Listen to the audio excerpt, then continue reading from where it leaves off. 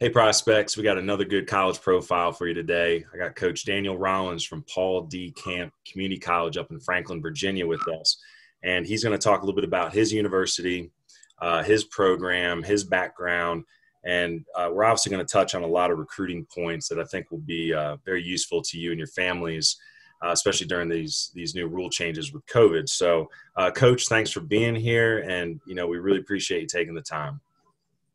I appreciate you having me and getting a chance to talk about camp baseball and what we do, how we do it, and kind of why we do it that way. So I'm excited to be here.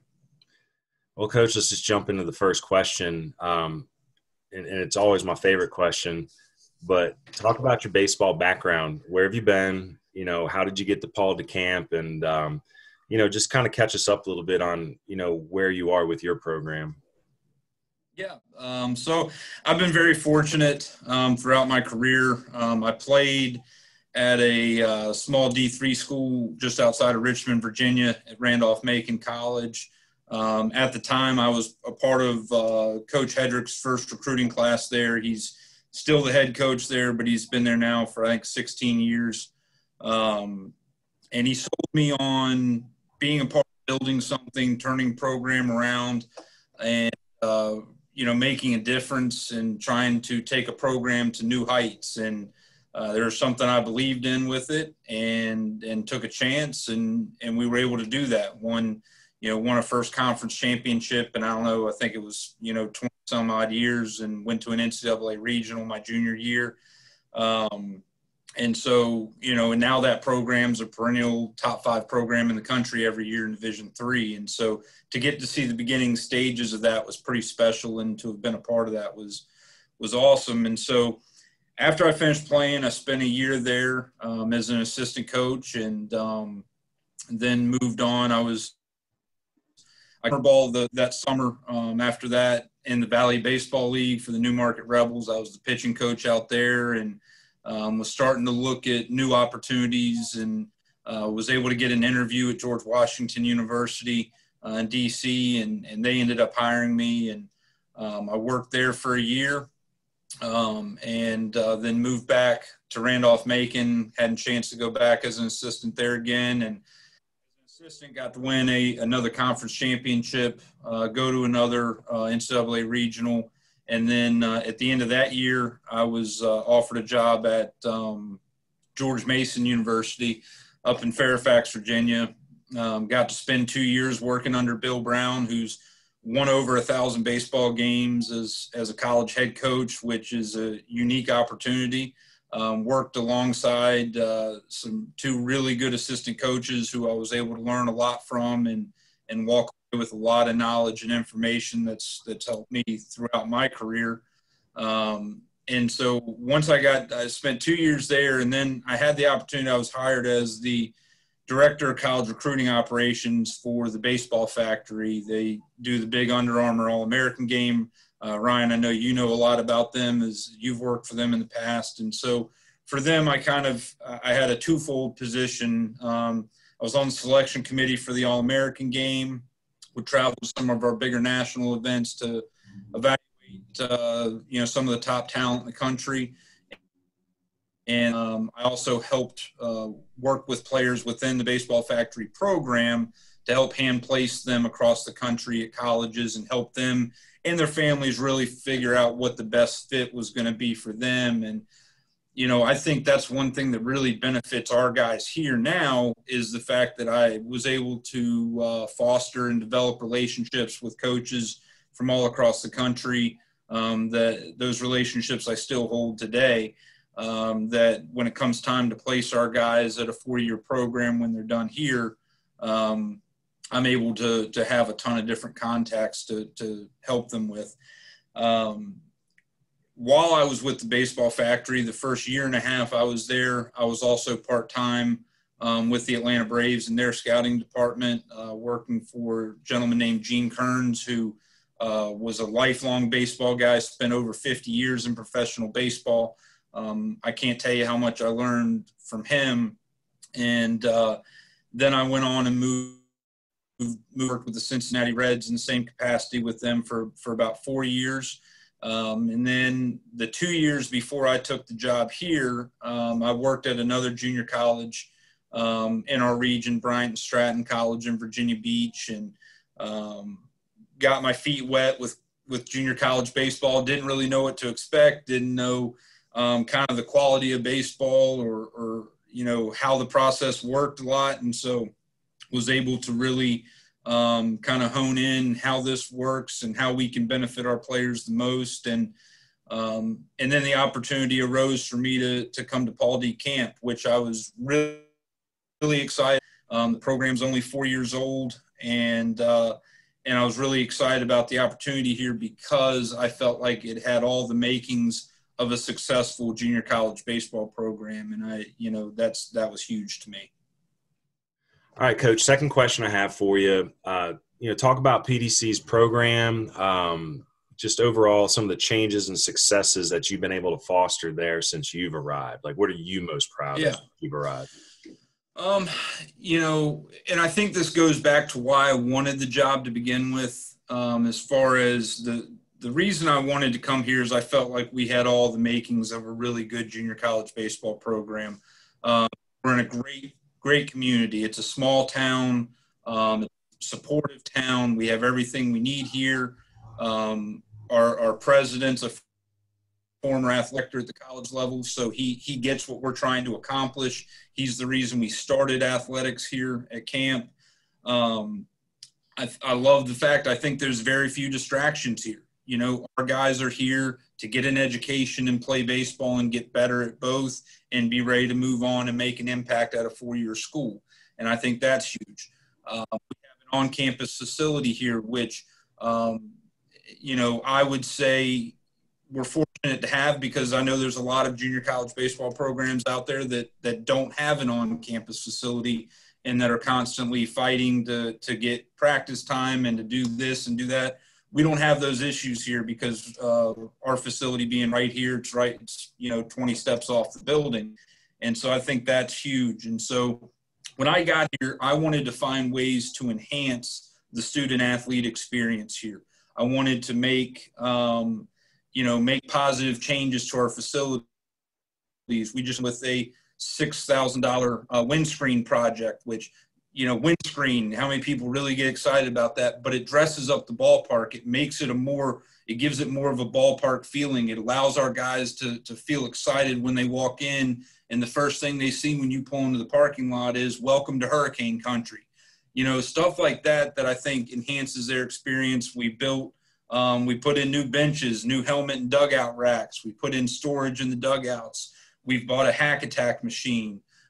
We've added new technology to the program. And so my focus right now is to constantly add things that's going to enhance the experience for our student athletes and give them the best opportunity to get bigger, faster, stronger, to grow and develop, and make sure that they are prepared for what it takes at a high level to step into another program and to compete to play right away. Because the one thing that I think a lot of people can agree on in junior college athletics is when a 4-year school comes knocking, they're not looking to bring a guy in to sit on the bench. They're looking to bring in a junior college guy to step in and be a guy in that program that's going to compete and help them win. And so we work really hard at those preparations and that developmental piece. And we try and run our program here at an extremely high level so that our guys know what it takes. There's no learning curve except for how that individual coach coaches. There's not a learning curve in how to step in and be experienced and to know what the expectations are to do things at a high level.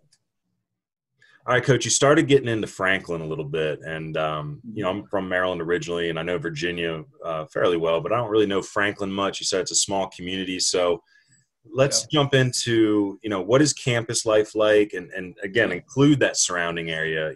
What is it, when you step on that campus the first time, like, what does that kid see, and then how does he really assimilate into that lifestyle?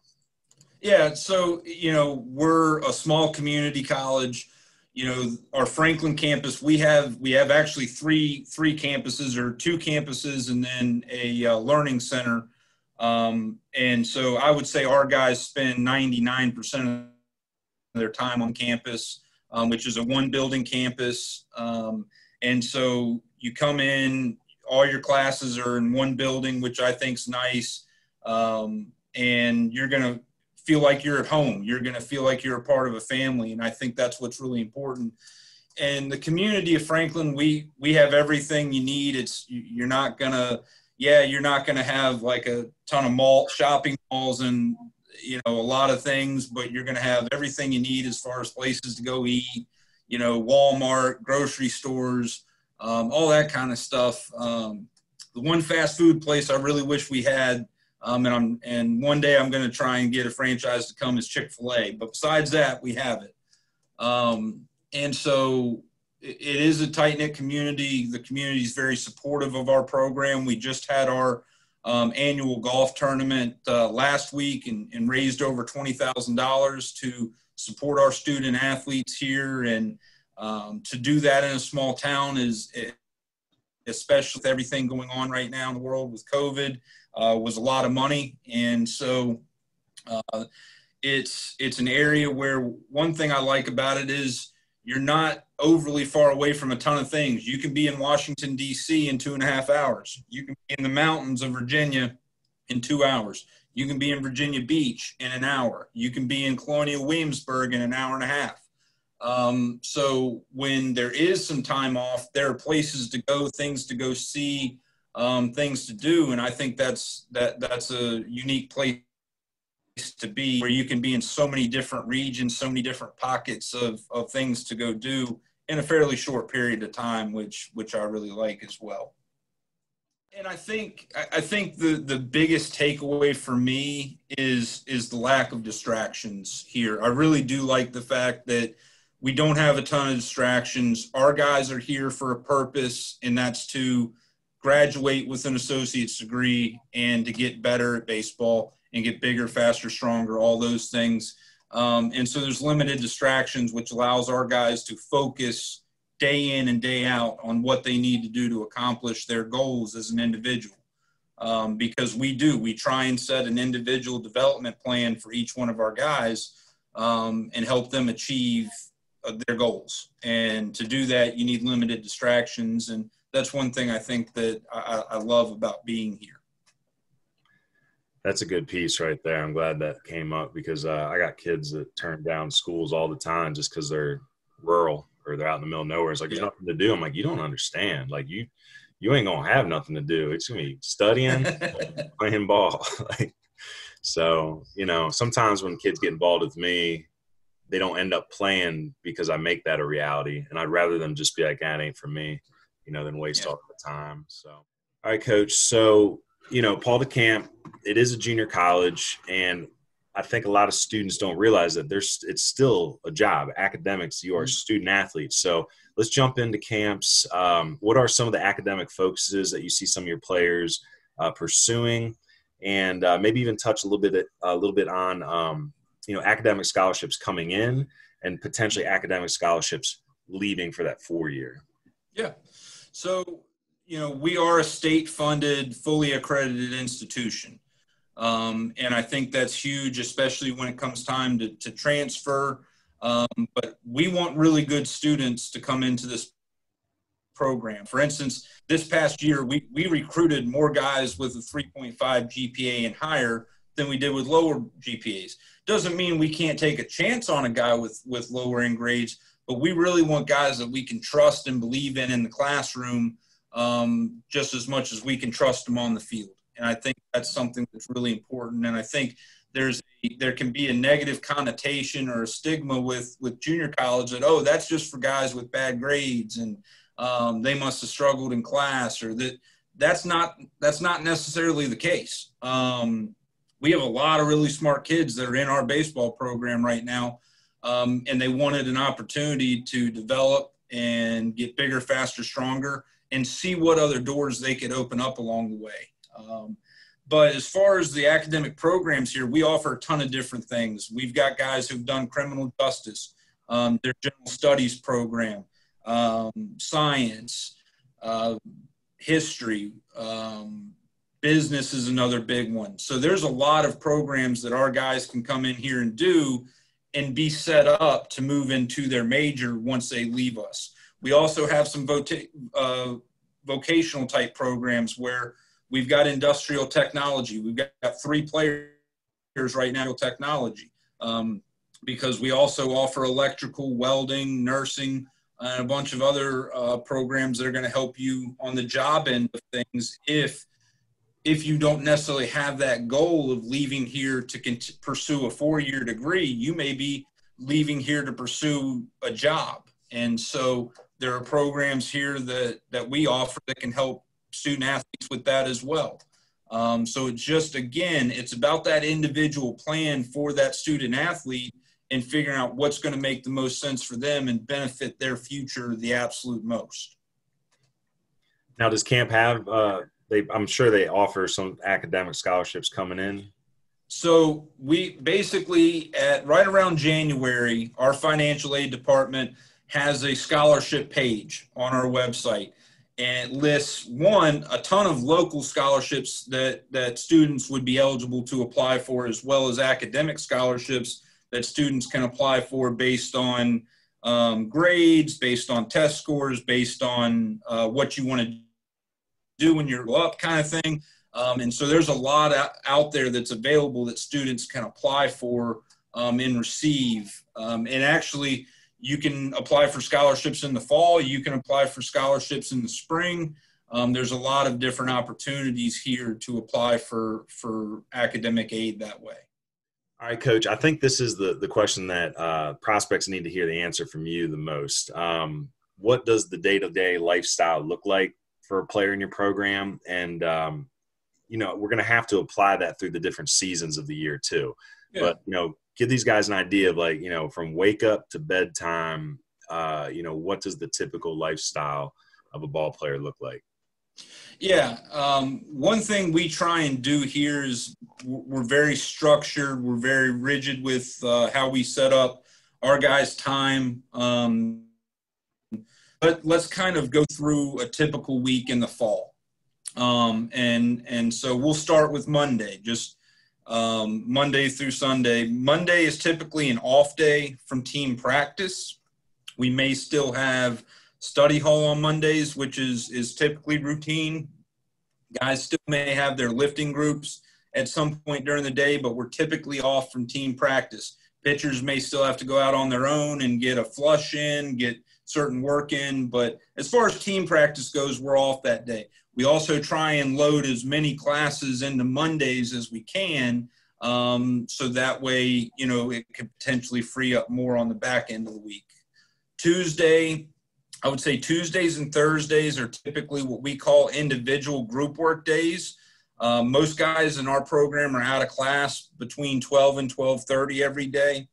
And so on the individual group work days, we're looking at guys coming out about 2 o'clock. Maybe they come out based on position group. Maybe they come out in certain hitting groups. And so they'll come out, they'll get an hour of individual work in offensively, and then maybe they go into an hour of individual defensive work.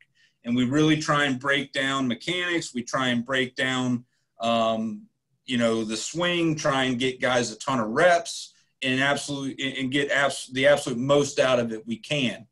And that leaves Wednesdays and Fridays. We may have early work those days, or maybe we bring a few guys out early to do a few things. That time is typically between 1 and 2 o'clock. By 2 o'clock is generally our team stretch. Then we will go into our throwing program. We'll go into base running. We do a ton of base running work here because of our unique base running system.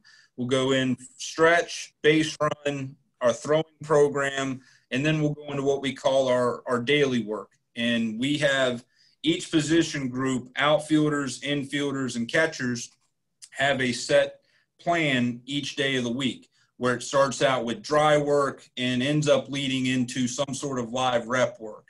And every day of the week is different. And so it helps enhance certain skills and develop other skills. And then we'll go into some sort of team defense. We were first and thirds that day, or tandems, or bunk coverages, whatever it may be. and we'll cover maybe 2 to 3 team defenses. We also do some drill series called the TCU and Houston drill series that obviously we've taken from other programs. And that incorporates, PFP work, catchers making throwdowns, bunt plays, double play balls, all of those things. Baseballs are going everywhere. Guys are making throws. It looks kind of crazy, but when guys get used to it, we get a ton of work out of it, and it makes our guys better. So once we finish the team defensive stuff for the day, we generally go into an offensive rotation or an offensive team day where we either do, maybe we're doing on-field BP and rotational work, or we could potentially be playing a coach pitch game of some sort, doing something competitive. We generally try every time we have a team practice to do something. If we want to get the juices flowing, we want to get guys excited about competing, because that's one thing we try and teach our guys is to compete at a high level. So that's Wednesdays and Fridays a lot. And then Saturdays, Sundays are either inter-squad days or game days for us. Depending on what's going on in the fall or in the spring, that's typically what we try and set up. In a typical fall, we can play up to 20 games. We tend to try and play every level of college baseball, NCAA Division I, schools, other junior colleges. We want to show our guys what it takes at different levels, and we want to compete against anybody and everybody that's willing to play us.